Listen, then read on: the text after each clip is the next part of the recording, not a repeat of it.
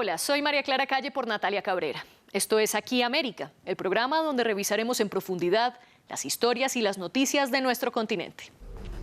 Hoy hablaremos de la situación que enfrenta el presidente de Honduras, Juan Orlando Hernández. Su hermano fue condenado en Nueva York a cadena perpetua por narcotráfico. Y la Fiscalía de Estados Unidos dice que el mandatario también participó en el envío de drogas al país norteamericano. Pero no hay ningún cargo en contra de Hernández. Colombia vive una ola de desplazamientos. Cerca de 5.000 venezolanos han llegado a territorio colombiano tras los combates en la frontera binacional.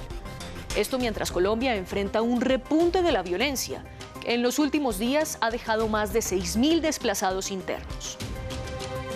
En México, la muerte de la salvadoreña Victoria Esperanza Salazar, en medio de un operativo de las autoridades, pone otra vez sobre la mesa la discusión acerca de la violencia policial y reaviva el debate sobre los feminicidios, en uno de los países latinos donde matan más mujeres por su género.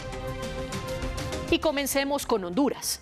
Juan Antonio Tony Hernández, el hermano del presidente, fue condenado a cadena perpetua en un tribunal federal de Nueva York.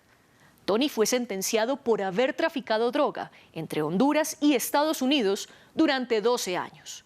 La Fiscalía estadounidense incluso calificó a Honduras como un narcoestado, porque asegura que el mandatario conspiró con su hermano. El presidente Juan Orlando Hernández rechaza todos los señalamientos y oficialmente no tiene ningún cargo en su contra. En el siguiente reporte explicaremos la situación que atraviesa el mandatario hondureño. El narcotráfico golpea la imagen de la familia del presidente Juan Orlando Hernández.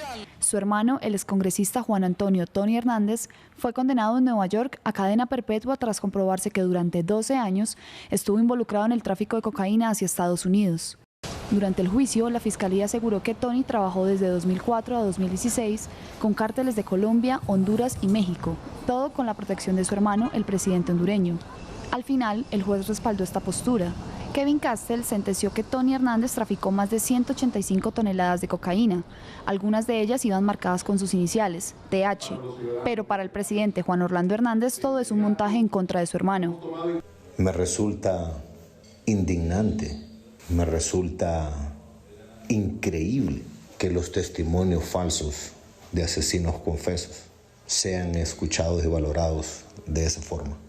La trama que envuelve al presidente no para allí. Durante el juicio, los fiscales estadounidenses señalaron al presidente Hernández y lo catalogaron como un cómplice de los crímenes de su hermano. La Fiscalía incluso dijo que el mandatario recibió millones de dólares en sobornos de capos de la droga, como el mexicano Joaquín El Chapo Guzmán.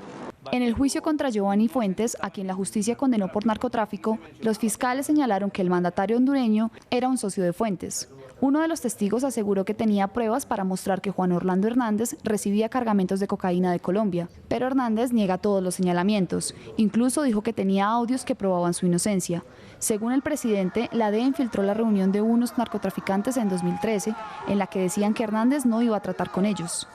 Una de las banderas de su gobierno ha sido precisamente la lucha contra el narcotráfico. Aunque no ha revelado los audios, el mandatario asegura que estas conversaciones prueban que los traficantes, que ahora lo señalan como socio, están diciendo mentiras.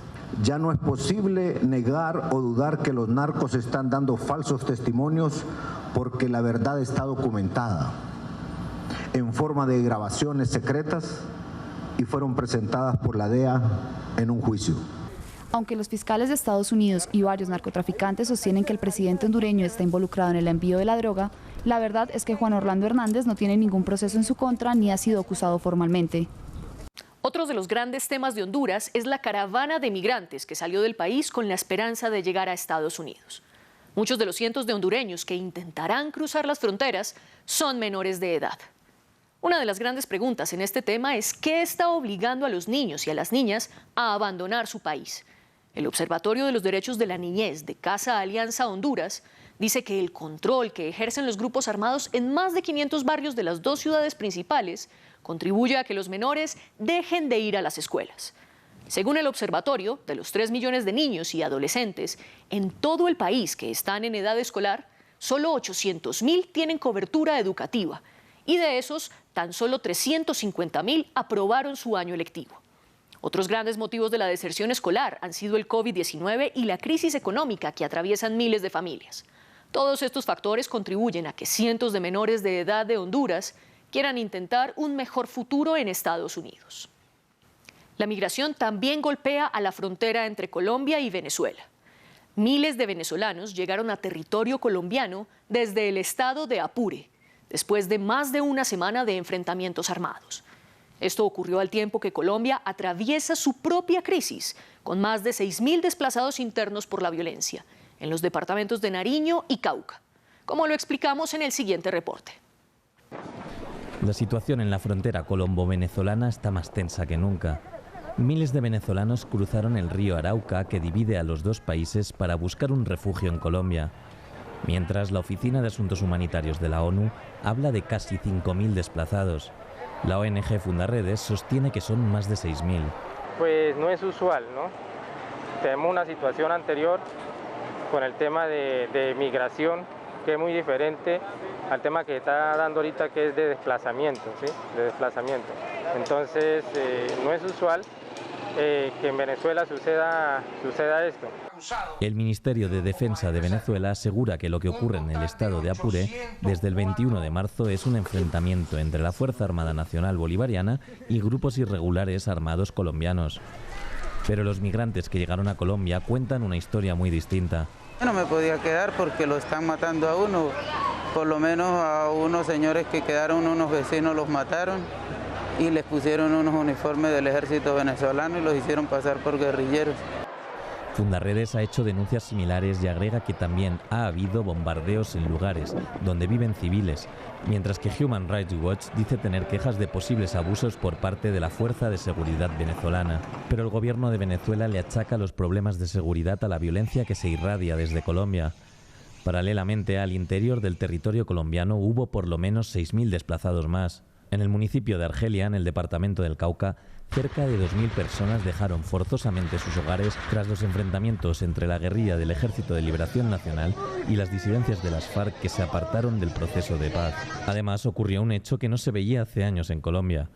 El 26 de marzo explotó un coche bomba frente a la alcaldía del municipio de Corinto y dejó por lo menos 43 heridos. Y aquí sabemos que los que están detrás de este atentado son los bandidos de la Dagoberto Ramos. Bandidos que son de esas disidencias, y los estamos enfrentando y los seguiremos enfrentando donde estén, porque estos actos cobardes contra la comunidad son imperdonables. La Oficina de Naciones Unidas OCHA asegura que también hubo hostigamientos en 3 municipios más del Cauca y dice que la policía frustró otro atentado al evitar que un camión bomba explotara en Popayán, una de las ciudades principales de la región. Por otra parte, en el departamento de Nariño hubo un desplazamiento de más de 4.000 personas. Algunas de las causas de la violencia se explican en el informe anual que publicó Estados Unidos sobre la situación de derechos humanos en Colombia, el primero bajo la administración de Joe Biden. El reporte señala que los grupos ilegales se disputan los espacios que dejó la antigua guerrilla de las FARC tras la dejación de armas y que ahora están en una guerra por el control de las rutas del narcotráfico. Ahora continuemos en México. La muerte de la salvadoreña Victoria Esperanza Salazar ha desatado una ola de protestas en el país norteamericano por las circunstancias en las que falleció. 4 policías mexicanos detuvieron a la mujer de 36 años y uno de ellos la sometió en el piso y le puso su rodilla en el cuello hasta asfixiarla. Organizaciones feministas y a favor de los migrantes aseguran que este es un nuevo caso de racismo y de odio contra la mujer. El informe es de Marina Sardiña. La brutalidad policial también es sistemática en México, donde los abusos de las fuerzas de seguridad están en la cotidianidad.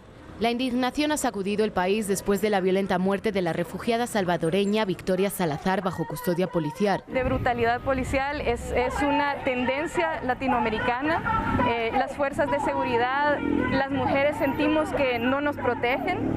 La muerte de Victoria se une a las de Alexander Martínez o Giovanni López, a manos de las fuerzas del orden mexicanas el año pasado. En noviembre de 2020 la policía empleó munición real contra una manifestación feminista en Cancún y el pasado 8 de marzo reprimieron las marchas por el Día Internacional de la Mujer con gases lacrimógenos y balas de goma.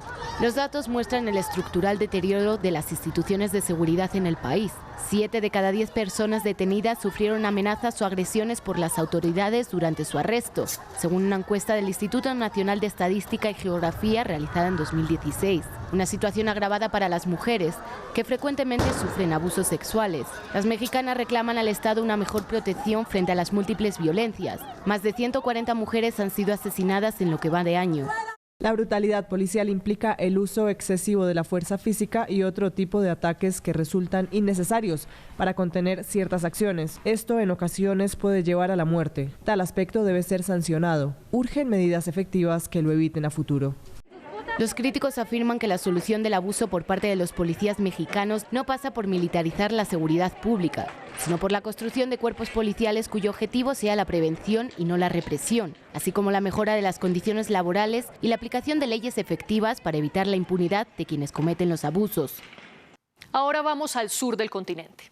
En Chile, el gobierno de Sebastián Piñera propuso aplazar las votaciones, al menos durante un mes, por el incremento de los casos de COVID-19 que tiene contra las cuerdas a la salud del país. Los comicios originalmente previstos para el 10 y el 11 de abril son para elegir a los líderes municipales y regionales, y especialmente a los delegados que redactarán la nueva Constitución.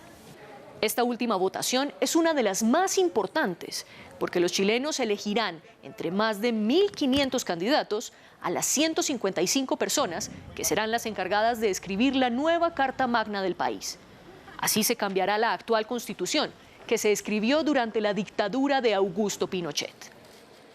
En Brasil, la noticia es por cuenta del cambio en las altas cúpulas militares y en el gobierno. La nueva crisis política comenzó con la renuncia del canciller Ernesto Araújo y los ministros de Defensa y de Justicia. Algunos de ellos se enfrentaron al presidente Jair Bolsonaro por su manejo de la pandemia. El presidente respondió reemplazando a los 3 funcionarios y cambiando a otros 3 de cargos ministeriales. Pero la decisión le trajo una dura repercusión en el ala militar. Los comandantes del Ejército, de la Marina y de las Fuerzas Aeronáuticas salieron de sus cargos. El gobierno dice que fue una simple sustitución, pero los medios brasileños sostienen que los comandantes renunciaron por estar en desacuerdo con Bolsonaro. Y cerramos nuestro programa con la imagen de la semana. El expolicía estadounidense Derek Chauvin, sentado en el juzgado viendo el video en el que se muestra cómo él sometió a George Floyd hasta asfixiarlo. Las imágenes que se vieron en el primer día del juicio contra el antiguo uniformado evidenciaron que durante 9 minutos y 29 segundos, Chauvin puso su rodilla en el cuello de Floyd, mientras el afroamericano gritaba que no podía respirar. Y con estas imágenes nos despedimos por hoy. Gracias por acompañarme en esta emisión de Aquí América. Recuerden que pueden seguirme a través de redes sociales en la dirección que ven en sus pantallas. Soy María Clara Calle por Natalia Cabrera. Continúen viendo France 24 y France24.com.